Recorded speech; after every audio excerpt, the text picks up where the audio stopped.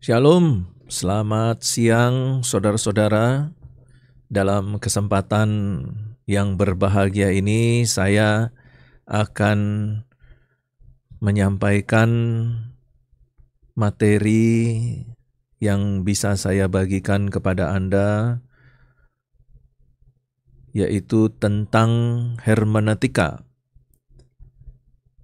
Ya, bagi saudara-saudara yang belum pernah mendengarkan tentang hermeneutika, hermeneutika ini adalah ilmu yang mempelajari tentang metode-metode yang akan digunakan untuk menafsirkan. Ya, tentunya dalam konteks ini saya akan memberikan penjelasan-penjelasan berkaitan dengan materi hermeneutika ini di bawah konteks kekristenan. Jadi mohon dimaklumi untuk saudara-saudara yang mungkin bergabung karena live streaming ini adalah tentang pendidikan yang berada di bawah naungan kekristenan. Oke, sekarang kita kembali lagi kepada pembahasan kita tentang hermeneutik. Di lain kesempatan saya akan memberikan penjelasan kepada Anda tentang apa itu hermeneutik dan definisinya, pengertiannya. Nah, ini bicara tentang pengantar. Tetapi sekarang saya akan menyampaikan satu metode hermeneutik, yaitu metode keberadaan teks. Kalau kita memperhatikan dari judul ini, tentu kita sudah bisa meraba ya, kira-kira dalam live streaming ini pembahasan tentang hermeneutik ini tentang apa gitu. Kalau kita perhatikan dari judulnya, di situ sudah jelas berbicara tentang keberadaan. Jadi, ketika kita bicara tentang teks, kita sebenarnya juga berbicara tentang ayat. Dan ayat yang saya maksudkan di sini adalah ayat firman Tuhan. Jadi kalau metode hermeneutiknya itu adalah metode keberadaan teks, itu berarti bahwa di dalam hermeneutik ini akan diberikan pengajaran tentang bagaimana cara dan langkah-langkah apa saja yang harus kita ambil agar kita dapat menganalisa firman Tuhan dan pada akhirnya menafsirkan firman Tuhan itu dengan pendekatan metode keberadaan teks ini. Jadi yang dimaksudkan metode keberadaan teks ini adalah bahwa kita berusaha, tentu di dalam kerangka kekristenan, berusaha dengan bantuan ya dari Roh Kudus untuk menganalisa keadaan atau keberadaan situasi, kondisi, serta esensi, substansi, dan keadaan ayat itu, sebuah ayat itu seperti apa.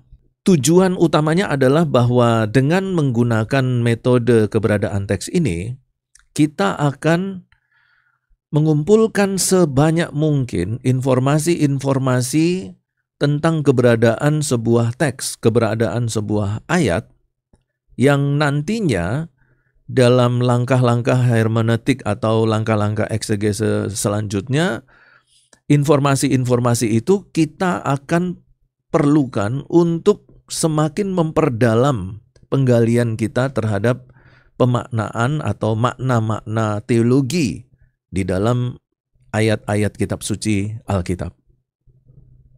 Baik, kita langsung saja masuk dalam pembahasan kita yang pertama tentang keberadaan teks, yaitu berkaitan dengan pembahasan ontologi. Kita akan bertanya, apa itu keberadaan teks?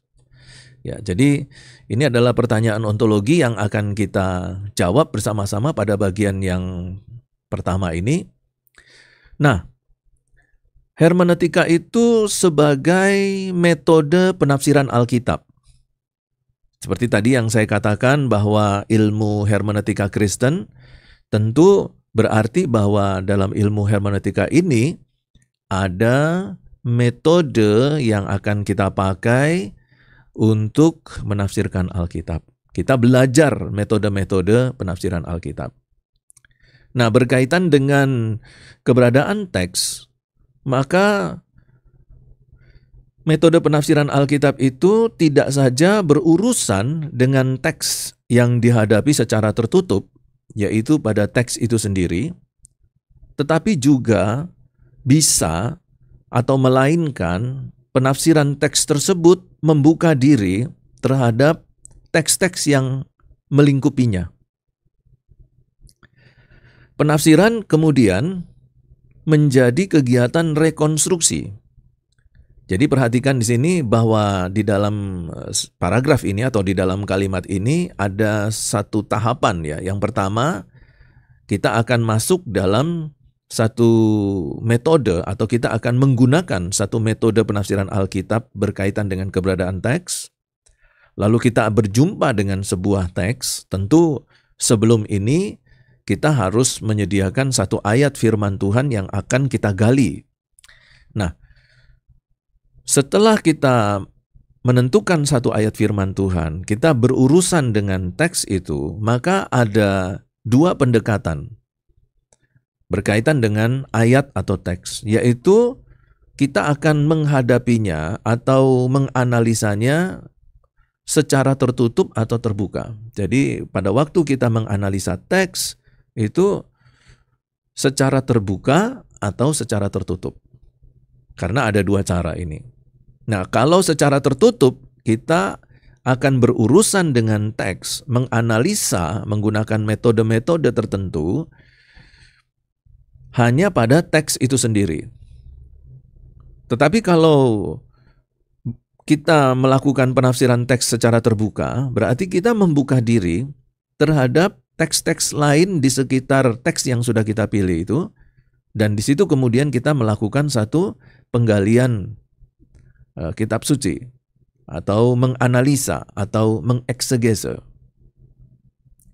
Nah, setelah itu baru kita masuk pada langkah berikutnya, bahwa dalam upaya untuk menafsirkan itu ada kegiatan yang disebut dengan satu kegiatan rekonstruksi. Lalu kegiatan yang kedua adalah kegiatan reproduksi makna teks. Karena itu di dalam kalimat ini disebutkan penafsiran menjadi kegiatan rekonstruksi dan reproduksi makna teks.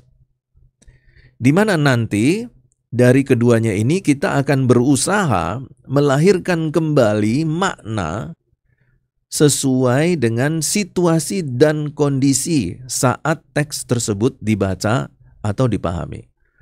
Nah, jadi di sini perhatikan saudara-saudara bahwa ketika kita ingin menggali, menganalisa, mengeksegese satu ayat atau satu teks yang ada di dalam kitab suci Alkitab, kita perlu untuk melihat bahwa ada dua pendekatan, yaitu pendekatan tertutup, pendekatan terbuka. Kemudian yang kedua, setelah itu, maka kita akan melakukan dua aktivitas di dalam analisa kita, yaitu aktivitas merekonstruksi dan kemudian aktivitas mereproduksi. Di mana nanti dari mereproduksi dan merekonstruksi ini, kita akan melahirkan satu makna yang sesuai dengan situasi kondisi saat teks tersebut dibaca, ditulis, atau dipahami oleh para pembacanya atau oleh masyarakat Israel pada waktu teks itu muncul. Nah, selanjutnya mari kita lihat bersama-sama di papan tulis. Nah, mari kita perhatikan papan tulis ini dulu. Tadi kita sudah mempelajari bersama bahwa hermeneutik itu adalah metode yang kita gunakan untuk menafsirkan ayat-ayat Alkitab. Kenapa kita menafsirkan ayat-ayat Alkitab? Karena memang hermeneutik yang kita pakai adalah hermeneutik Kristen, ya. Jadi yang akan kita tafsirkan adalah ayat-ayat yang ada di dalam Alkitab. Nah, kemudian metode hermeneutik ini adalah metode yang berkaitan dengan sebuah penafsiran. Tentu penafsiran yang dimaksud di sini adalah penafsiran teks dari ayat Alkitab. Nah, untuk bisa memperlancar dalam memahami metode hermeneutik yang berkaitan dengan keberadaan teks ini, saya sarankan supaya saudara sudah memilih terlebih dahulu satu ayat Alkitab di dalam pikiran Anda, atau kalau mungkin sekarang ada Alkitab di hadapan Anda boleh langsung memilih satu ayat yang nanti akan kita pakai untuk melatih diri kita menganalisa dengan menggunakan metode keberadaan teks. Nah, teks-teks ayat Alkitab ini akan kita gali dengan satu tujuan utama, yaitu agar kita bisa mendapatkan informasi sebanyak mungkin. Ya, ini kita dapat informasi sebanyak mungkin, karena dari informasi yang kita kumpulkan ini, nanti dalam kegiatan eksegese menggunakan metode hermeneutik, itu kita akan perlukan, ya. Dan informasi yang kita kumpulkan sebanyak mungkin itu, dia akan memberi sumbangan yang sangat berarti sekali di dalam langkah-langkah selanjutnya eksegese kita, penggalian kita. Nah, metode hermeneutik yang akan kita pakai untuk mengumpulkan informasi yang sebanyak-banyaknya itu adalah metode yang disebut dengan keberadaan teks. Nah, di dalam metode keberadaan teks ada hal yang perlu kita perhatikan, bahwa di dalam teks itu ada dua pendekatan penafsiran. Ya, ketika kita menganalisa sebuah teks, kita menganalisa sebuah ayat, itu ada dua pendekatan. Pendekatan yang pertama itu yang disebut dengan penafsiran tertutup. Apa itu penafsiran tertutup? Penafsiran yang kita lakukan terhadap satu teks, tetapi hanya pada teks itu sendiri. Jadi, mau kita gali seperti apa dalamnya, kita hanya berorientasi pada satu ayat, satu teks. Itulah yang disebut dengan penafsiran tertutup. Jadi kalau misalnya saja kita mau menganalisa atau mengeksegese Yohanes 3 ayat 16, karena begitu besar kasih Allah akan dunia ini dan seterusnya, maka kita hanya berorientasi atau melakukan kegiatan analisa eksegese hanya pada kalimat di ayat itu saja. Itu penafsiran tertutup. Tetapi ada pendekatan yang kedua yang disebut dengan penafsiran terbuka.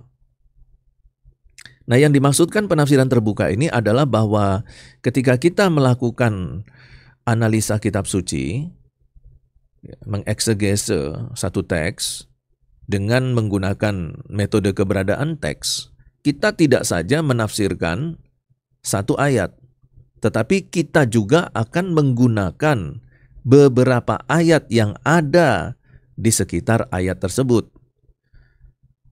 Itulah penafsiran yang terbuka. Nah, melalui penafsiran, entah itu kita menggunakan penafsiran yang tertutup, ataukah kita menggunakan penafsiran yang terbuka, maka kita akan melanjutkan kegiatan eksegese kita atau analisa penggalian firman Tuhan itu dalam dua aktivitas, dua kegiatan, yaitu kegiatan merekonstruksi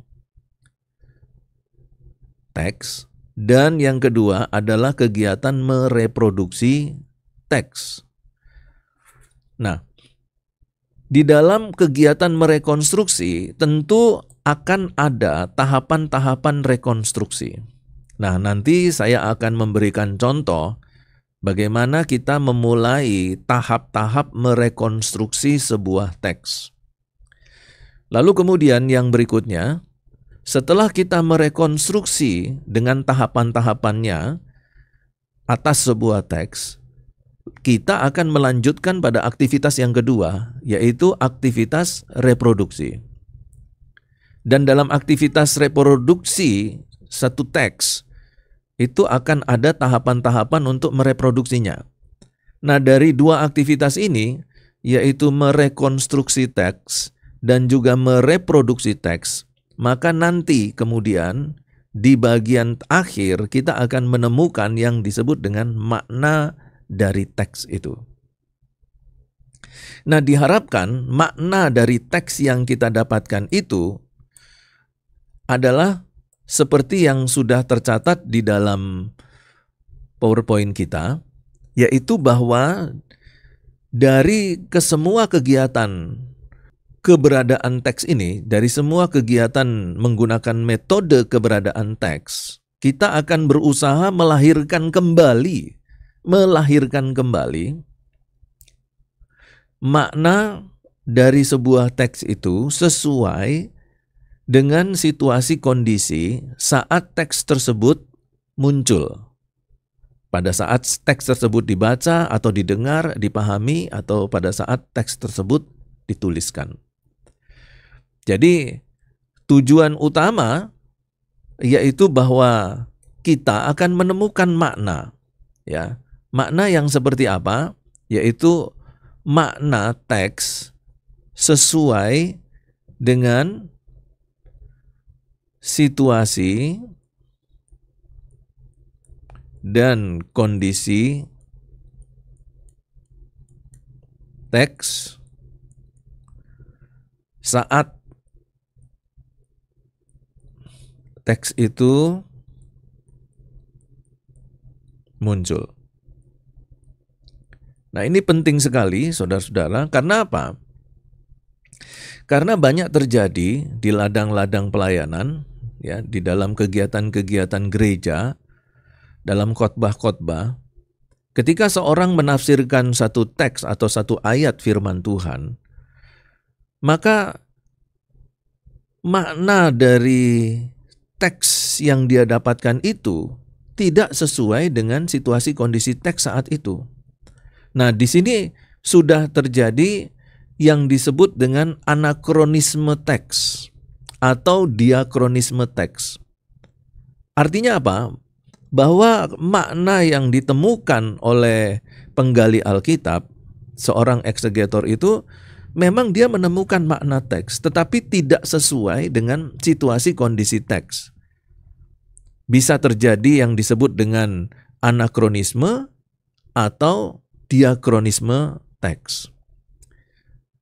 Nah, tetapi yang kita harapkan adalah bahwa dengan metode keberadaan teks ini, kita bisa menemukan makna teks sesuai dengan situasi kondisi teks asli saat teks itu muncul. Nah, untuk lebih jelasnya, mari kita lihat satu contoh yang sudah saya siapkan, yang terambil dari Matius 5 ayat 1 dan 2. Ya, Matius 5 ayat 1 dan 2. Mari kita baca bersama-sama Alkitabnya dulu. Matius 5 ayat 1 dan 2. Demikianlah firman Tuhan. Ketika Yesus melihat orang banyak itu, naiklah ia ke atas bukit, dan setelah ia duduk, datanglah murid-muridnya kepadanya. Maka Yesus pun mulai berbicara dan mengajar mereka, katanya, "Berbahagialah orang yang miskin di hadapan Allah," dan seterusnya. Nah, yang ingin saya angkat menjadi contoh dalam metode keberadaan teks ini adalah ayat 1 dan ayat 2. Kita baca ayat 1 lagi. Ketika Yesus melihat orang banyak itu, naiklah ia ke atas bukit. Di sini ada satu frasa, naiklah ia ke atas bukit. Dan setelah ia duduk. Jadi ada satu aktivitas yang dilakukan oleh Tuhan Yesus Kristus di ayat yang pertama ini, yaitu Tuhan Yesus naik ke atas bukit dan kemudian Tuhan Yesus duduk. Lalu kemudian murid-murid datang kepadanya. Ya, di samping murid-murid juga ada banyak orang yang melihat bahwa Tuhan Yesus naik, dan juga ada kemungkinan bahwa orang-orang itu pun ikut naik juga ke atas bukit. Dan Tuhan Yesus mengajar murid-murid secara umum, secara khusus, tetapi ada kemungkinan orang-orang lain yang bukan murid-murid Yesus juga mendengarkan pengajaran Yesus. Nah, mari kita kembali lagi ke papan tulis tadi. Nah, kalau kita perhatikan dalam papan tulis ini, saya mengambil contoh tadi yang kita sudah baca adalah Matius 5 ayat 1-2. Lalu kemudian dari bacaan itu kita mencoba untuk menyusun satu rekonstruksi. Pada ayat ini kita lihat ada Tuhan Yesus beraktivitas, yaitu naik ke atas bukit. Ya, kalau kita perhatikan dari bahasa Indonesianya, di sini bukan bahasa Indonesia yang baku ya, karena kalau sudah naik itu sudah pasti ke atas. Nah, itu juga terjadi dalam beberapa kalimat-kalimat yang disampaikan oleh worship leader. Misalnya kalimat, mari kita bangkit berdiri. Ya, kalau sudah bangkit itu sudah pasti berdiri. Jadi pilih salah satu, mau menggunakan kata bangkit atau menggunakan kata berdiri. Harusnya seperti itu. Tapi oke lah ya, kita ikuti saja apa yang tertulis di dalam Alkitab terjemahan baru dari Alkitab bahasa Indonesia. Di situ dijelaskan bahwa Tuhan Yesus naik ke atas bukit. Nah, ketika kita bicara tentang kata naik ini, ya saya kasih warna agak berbeda. Ketika kita berbicara tentang naik ini, maka ada dua kemungkinan cara Tuhan Yesus itu naik ke atas bukit.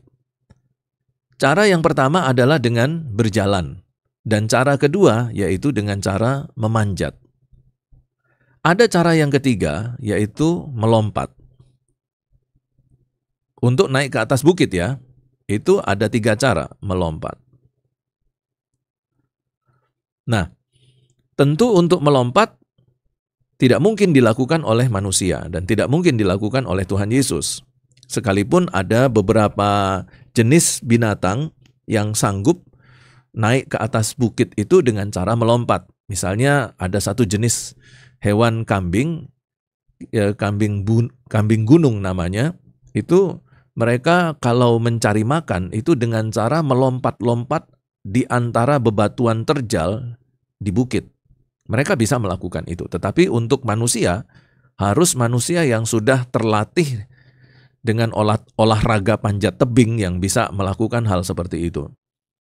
Nah, kembali kepada Tuhan Yesus Kristus. Nah, apa yang kita sekarang lakukan ini adalah upaya untuk satu rekonstruksi, saudara.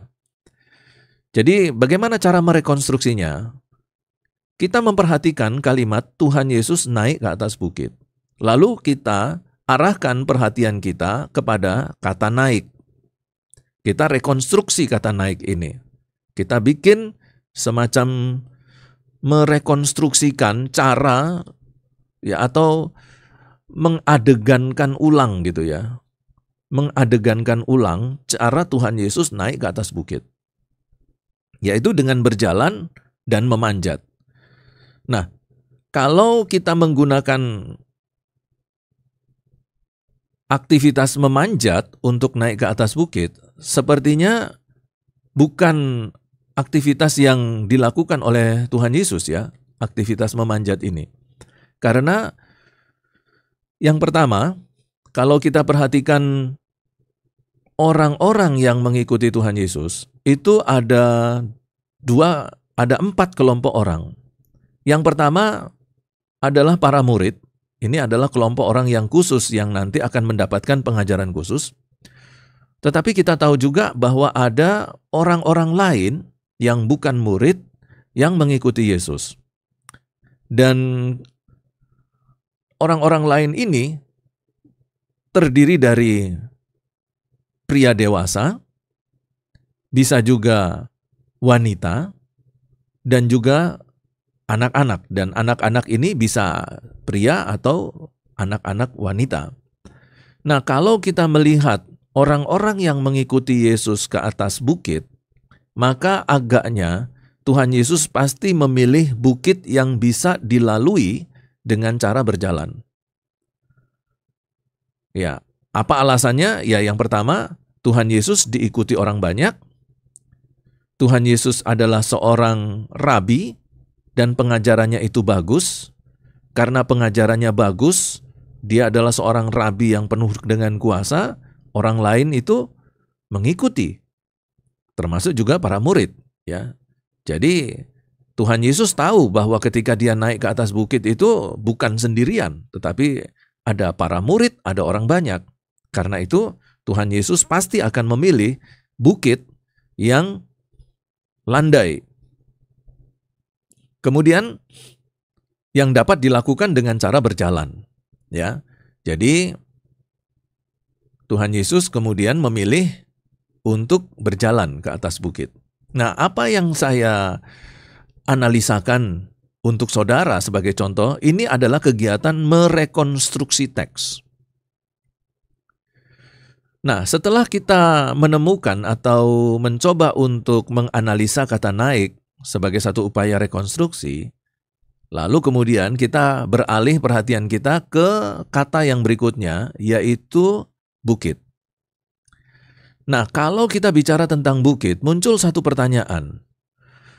Bukit yang mana, bukit seperti apa yang dinaiki atau yang dinaiki oleh Tuhan Yesus? Nah, ada dua cara untuk bisa menemukan informasi tentang bukit ini. Yang pertama adalah melalui buku-buku, khususnya buku-buku arkeologi dan buku-buku geografi yang berkaitan dengan geografi Alkitab dan arkeologi juga arkeologi Alkitab, yang kemungkinan besar akan membantu kita memberikan informasi bukit yang dimaksudkan di dalam Matius pasal 5 itu bukit apa namanya. Ya. Lalu kemudian kita bisa juga mencari informasi di dalam buku-buku, contohnya misalnya buku ensiklopedi, untuk bisa memahami struktur geografi bukit tersebut. Atau kita juga bisa mencoba untuk menemukan bukit yang dimaksud itu dengan satu buku yang namanya Atlas Alkitab. Dan saya sarankan supaya kalau saudara memilih Atlas Alkitab untuk melihat keadaan geografi, saudara harus memilih Atlas Alkitab yang 3 dimensi. Jadi itu cara yang pertama ya, dengan menggunakan buku-buku referensi. Cara yang kedua adalah dengan menggunakan logika kita. Kita lihat di sini bahwa Tuhan Yesus berjalan, bukan memanjat. Lalu kemudian ada orang banyak yang kita tahu bahwa orang banyak itu bukan saja seluruhnya orang dewasa, tetapi ada kemungkinan anak-anak juga ikut. Dan juga ada murid-murid Tuhan Yesus yang ikut bersama-sama dengan Tuhan Yesus naik ke atas bukit. Saya percaya bahwa Tuhan Yesus tidak akan menyusahkan mereka dengan cara mencari bukit yang terjal atau curam untuk dinaiki. Ya, pasti Tuhan Yesus akan mencari bukit yang landai. Nah, itu berarti bahwa bukit ini memiliki kurang lebih ada 3 jenis struktur bukit, yaitu struktur landai, struktur terjal, struktur bukit yang curam. Nah, sekarang mari kita perhatikan. Saya memberikan satu gambaran tentang bukit itu, supaya saudara-saudara juga bisa memiliki gambaran yang sama dengan saya. Jadi yang dimaksudkan bukit yang landai itu seperti ini gambarnya. Ini bukit A, itu landai. Sehingga dengan struktur tanah yang landai dari bukit itu, seseorang itu dapat mencapai puncak bukit dengan mudah, walaupun itu dilakukan dengan cara berjalan. Tetapi kalau bukit itu terjal, maka sudut kecuramannya itu cukup besar. Sehingga kalau orang mencoba untuk naik ke atas bukit yang terjal, mereka harus melakukan dengan bersusah payah dan tenaga yang jauh lebih berat, lebih besar ketimbang kalau bukit itu landai. Begitu juga kalau bukit itu curam. Ya, bentuk bukit yang curam ini seperti gambar C.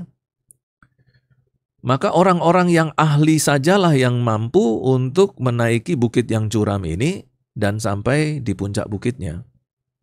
Dan saya pikir Tuhan Yesus tidak memilih bukit yang curam seperti di gambar C atau bukit yang terjal seperti di gambar B. Tetapi Tuhan Yesus pasti lebih cenderung memilih bukit yang landai seperti yang ada pada gambar A ini. Nah, itu berarti bahwa kalau Matius pasal 5 ayat 1 di situ menuliskan bahwa Tuhan Yesus naik ke atas bukit, naiknya dengan cara berjalan, maka dapat kita ambil satu kesimpulan bahwa bukit yang dipilih oleh Tuhan Yesus adalah bukit yang landai. Nah, cara yang seperti ini itu adalah cara merekonstruksi sebuah teks. Nah, jadi dari contoh seperti ini, nanti saudara-saudara bisa mencoba untuk melatih diri menganalisa dengan cara merekonstruksi teks. Nah, cara merekonstruksi teks yang sederhana adalah seperti yang sudah saya contohkan baru saja itu. Nah, setelah kita merekonstruksi, maka tahapan yang berikutnya adalah yaitu kegiatan mereproduksi makna teks. Jadi ketika kita sudah menyelesaikan satu kegiatan rekonstruksi, maka kita mencoba untuk mereproduksi makna teks. Nah, dalam upaya mereproduksi makna teks ini, nanti akan dihasilkan statement teologi, atau setidak-tidaknya kebenaran rohani, atau pembelajaran rohani dari kitab suci. Bagaimana cara mereproduksinya? Semua analisa kita yang kita sudah dapatkan dari kegiatan rekonstruksi itu kita olah dan kita analisa. Dari situ nanti kita akan mereproduksi sebuah makna. Bisa menjadi makna rohani, bisa juga menjadi makna teks yang tergolong sebagai doktrin Kristen. Nah, ketika kita masuk dalam kegiatan untuk reproduksi makna, kita melihat bahwa ada dua kegiatan dari Tuhan Yesus di ayat yang ke-1, yaitu kegiatan naik ke atas bukit dan mengajar. Ya. Nah, bagaimana cara mengajarnya? Yaitu dengan duduk. Jadi di sini Tuhan Yesus mengajar dengan cara, dengan posisi Tuhan Yesus duduk. Nah, kalau kita perhatikan ayat firman Tuhannya, supaya kita tidak kehilangan gambaran dari ayat tersebut, kita baca sekali lagi ya. Ketika Yesus melihat orang banyak itu, naiklah ia ke atas bukit, dan setelah ia duduk, datanglah murid-muridnya kepadanya. Ya, perhatikan di sini bahwa ada dua aktivitas yang dilakukan oleh Tuhan Yesus, naik ke atas bukit dan kemudian duduk. Dan di ayat yang kedua, maka Yesus pun mulai berbicara dan mengajar mereka. Jadi kegiatan mengajar yang dilakukan oleh Tuhan Yesus itu dilakukan dengan cara duduk. Kemudian yang berikutnya, mari kita coba untuk mereproduksi.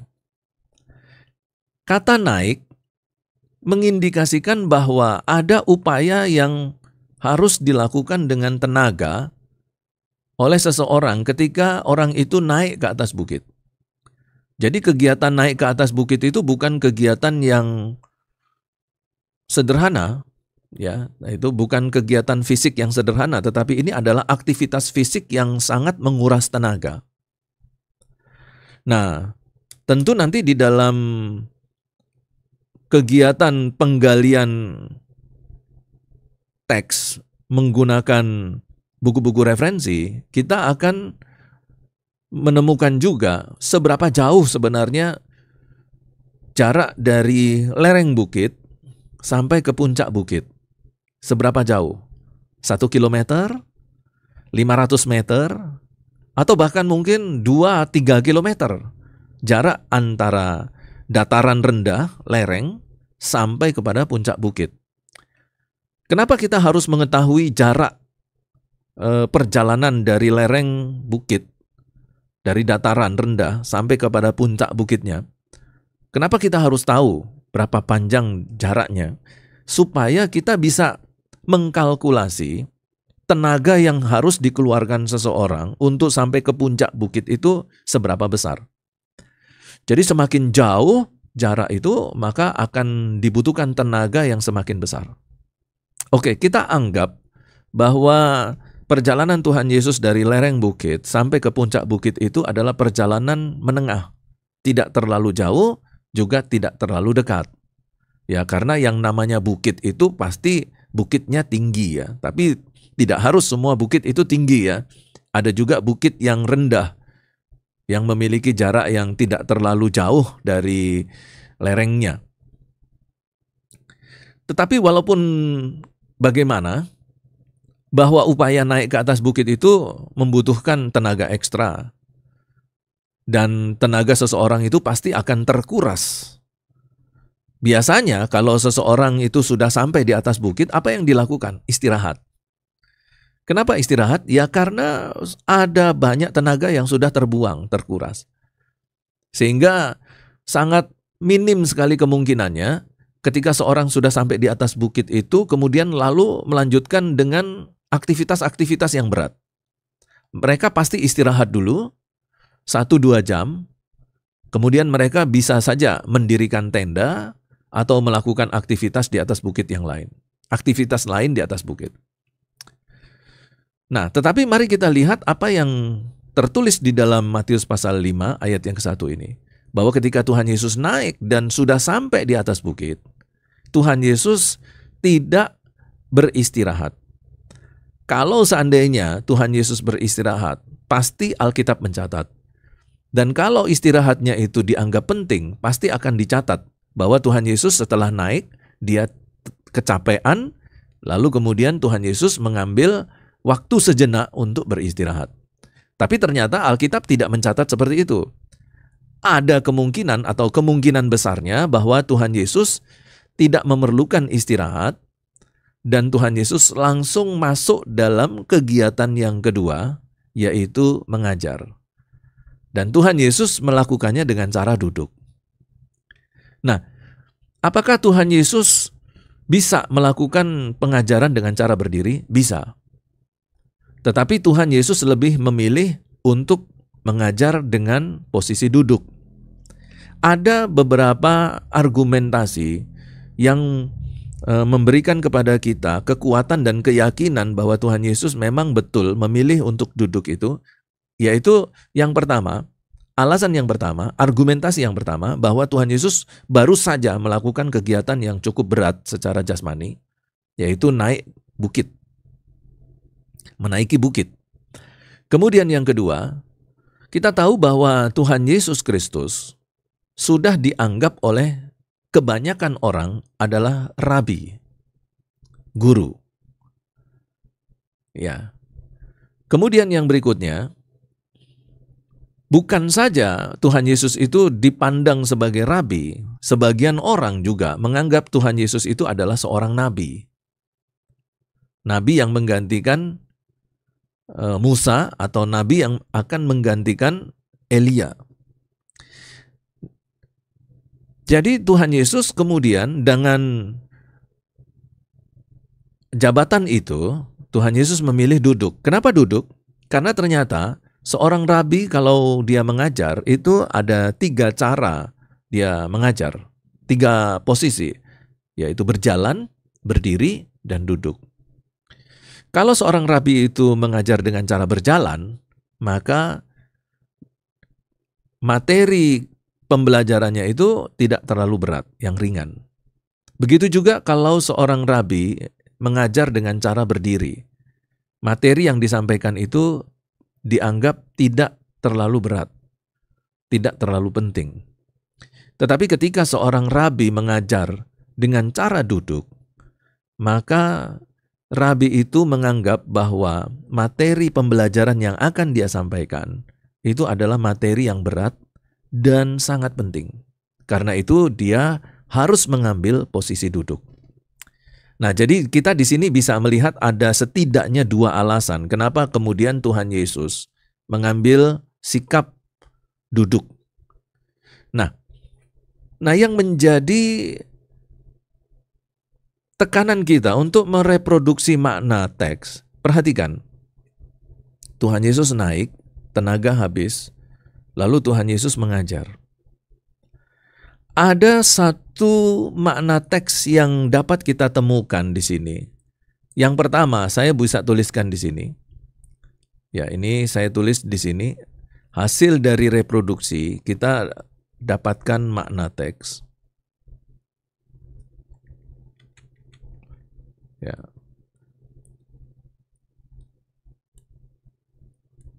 Nah, kita kumpulkan dulu makna teksnya seperti apa, supaya nanti dapat kita pilih ya, dan kita pilah mana yang memang sesuai dengan situasi kondisi teks saat teks itu muncul atau saat teks itu terjadi, peristiwa itu terjadi.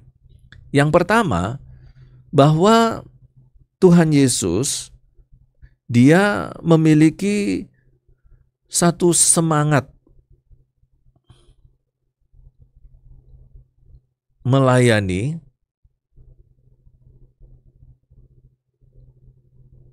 yang menggebu-gebu.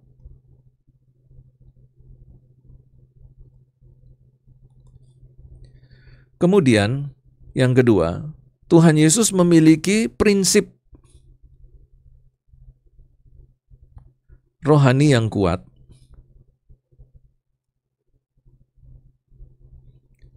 Untuk melayani, Tuhan Yesus juga punya motivasi yang kuat.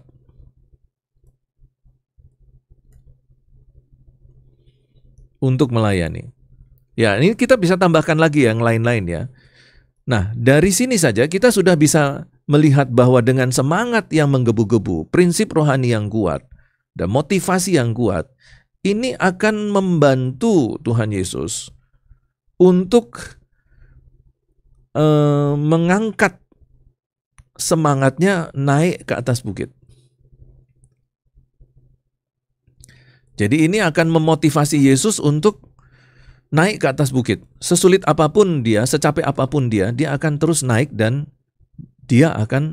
Tuhan Yesus akan melayani. Kemudian kita mendapatkan makna teks yang berikutnya, yang keempat, yaitu bahwa fisik Tuhan Yesus Kristus sangat kuat. Ya, ini fisik dari Tuhan Yesus sangat kuat.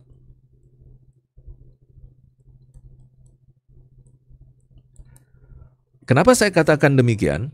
Karena perhatikan saja bahwa ketika seseorang sudah naik ke atas bukit, dia tidak mengambil waktu istirahat, lalu kemudian dia melakukan satu kegiatan sepanjang hari di sana. Itu kalau bukan fisik yang begitu kuat, itu tidak akan mungkin seseorang itu bisa melakukan. Nah, kita perhatikan Tuhan Yesus. Tuhan Yesus naik ke atas bukit. Lalu kemudian yang berikutnya, Tuhan Yesus mengajar sepanjang hari. Dengan begitu banyak ajaran-ajaran, pengajaran-pengajaran yang penting ya, di dalam Matius pasal yang kelima itu. Nah, dari sini kita bisa melihat bahwa ketika Tuhan Yesus Kristus mulai dari masa anak-anak, remaja, pemuda, hingga dewasa, Tuhan Yesus memiliki kedisiplinan hidup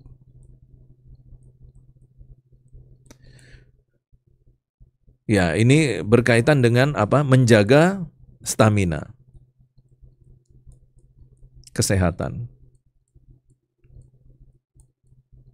Kemudian yang kedua, kita juga bisa melihat bahwa dengan fisik Tuhan Yesus yang sangat kuat ini, itu bisa didapatkan kalau Tuhan Yesus itu beraktivitas.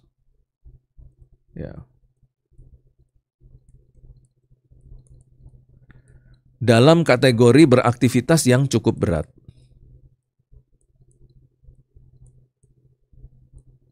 Nah, dalam kaitan dengan beraktivitas yang cukup berat ini, kita mengingat bahwa Tuhan Yesus adalah anak pertama, ya, anak pertama,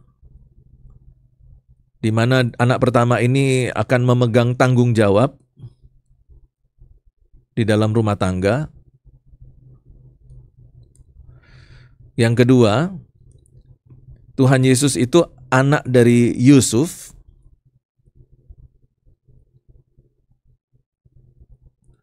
tukang kayu.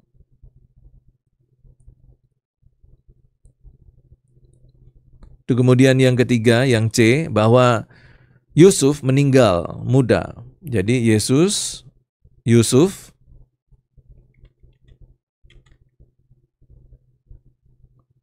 meninggal muda.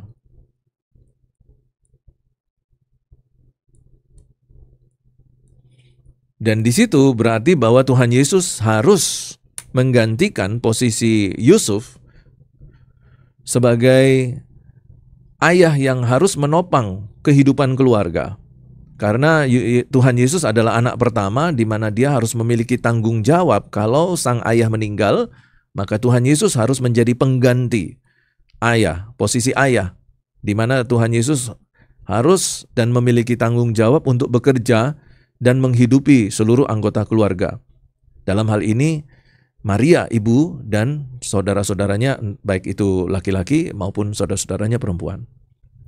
Nah, jadi dari sini kita bisa mengambil satu makna teks bahwa fisik Tuhan Yesus itu sangat kuat. Semangat melayaninya menggebu-gebu, prinsip rohaninya kuat, motivasinya kuat, fisiknya juga kuat. Dan itu berarti bahwa di dalam kehidupan Tuhan Yesus, mulai dari anak-anak, remaja, pemuda, itu kehidupannya penuh dengan kedisiplinan. Kalau misalnya saja pada waktu itu ada olahraga, saya pikir Tuhan Yesus pun berolahraga. Ya. Ada kemungkinan. Nah, di situ kemudian saya gantikan dengan satu kalimat bahwa Tuhan Yesus Kristus di dalam kehidupannya itu beraktivitas cukup berat. Nah, seorang tukang kayu adalah seorang yang memiliki pekerjaan yang berat karena berkaitan dengan gelondongan-gelondongan kayu yang cukup berat, di mana kalau tidak memiliki stamina yang kuat, seseorang tukang kayu itu tidak akan memiliki kemampuan mengangkat kayu-kayu besar dengan berat yang cukup lumayan. Nah, dari sini kita langsung bisa mengambil kesimpulan bahwa apa yang dilakukan oleh Tuhan Yesus Kristus adalah satu aktivitas pelayanan yang tidak dihitung-hitung. Tuhan Yesus mau berlelah-lelah naik ke atas bukit, dia tidak memikirkan dirinya sendiri, dia mengajar orang lain, di mana seharusnya dia membutuhkan waktu juga untuk beristirahat, tetapi dia abaikan itu. Dia melayani orang sepanjang hari. Dia mengajar murid-muridnya. Ini membuktikan bahwa semangat melayaninya begitu menggebu-gebu. Prinsip rohaninya begitu kuat, yaitu melakukan kehendak Bapa. Motivasi rohaninya juga kuat. Fisiknya juga kuat. Nah, dari sini kita bisa banyak belajar. Kita bisa menemukan makna rohani.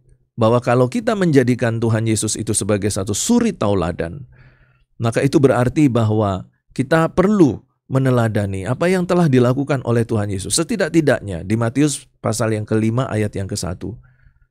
Bahwa kita sebagai seorang murid Yesus harus terus tetap memperhatikan keadaan fisik kita. Karena fisik yang kuat sangat menunjang pelayanan kita. Kalau fisik kita tidak kuat, maka program pelayanan apapun tidak akan pernah dapat terselesaikan dengan baik. Karena fisik kita tidak kuat. Memang ada orang-orang tertentu yang dalam keadaan sakit dia juga melayani Tuhan. Tetapi dalam konteks ini, Alkitab atau kitab suci mengajarkan bahwa ketika kita memiliki semangat melayani yang menggebu-gebu, ketika kita memiliki prinsip rohani yang kuat, ketika kita memiliki motivasi yang kuat, maka kita juga membutuhkan fisik yang kuat. Sehingga keempat unsur ini saling bersinergi dan pada akhirnya terciptalah satu kegiatan pelayanan yang maksimal, yang berkualitas. Seperti yang dilakukan Tuhan Yesus di atas bukit yang digambarkan di dalam Matius pasal yang ke-5. Nah, apa yang saya lakukan baru saja ini, itu adalah kegiatan mereproduksi makna teks. Tadi kita sudah merekonstruksi makna teks, kemudian yang berikutnya adalah mereproduksi makna teks. Sehingga pada akhirnya kita menemukan makna-makna rohani, prinsip-prinsip rohani, ya, doktrin-doktrin Kristen yang muncul dari analisa kita menggunakan metode keberadaan teks. Dan tentu saja yang dimaksudkan makna yang kita temukan itu, maksud saya, makna yang kita temukan itu adalah makna yang memang betul-betul sesuai dengan situasi kondisi di mana teks pada waktu itu muncul. Di mana ayat, jadi makna yang kita dapatkan itu sesuai dengan situasi kondisi ayat pada saat ayat itu muncul. Atau pada saat kegiatan itu muncul seperti yang digambarkan oleh ayat firman Tuhan. Demikianlah pembahasan saya untuk bagian yang pertama berkaitan dengan metode keberadaan teks. Dan sebentar kita akan lanjutkan dengan bagian yang kedua tentang keberadaan teks.